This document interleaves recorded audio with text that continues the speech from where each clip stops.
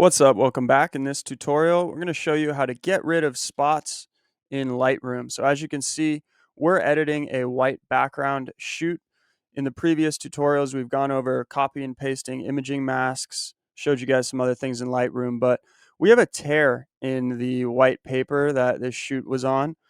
As you can see, we're shooting with this stick and, it punctured the white backdrop. So we want to get rid of this, and I'm going to show you how now. So we want to come up to the right hand side under the healing tab, or press H on your keyboard. And I'm going to use the clone shift. All right.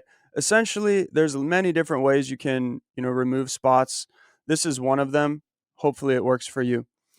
After selecting the clone shift, we're going to be able to change the size of our cloner. And what I'm going to be doing is essentially cloning the white background and then just moving it down here. All right. You can use this to clone objects in the sky, for example, like birds. That's the example that they give in their tutorial, right? As you can see, hovering over the clone. But we can use it in this case for this tear in the white paper.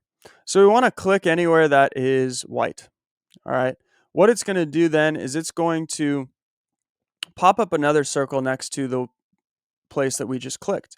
Now this is going to be your selector. So if we selected her face, it would copy,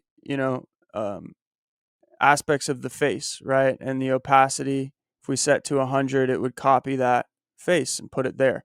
But we want to select the white backdrop, and then we're going to be moving this other, selector down until it completely covers that spot.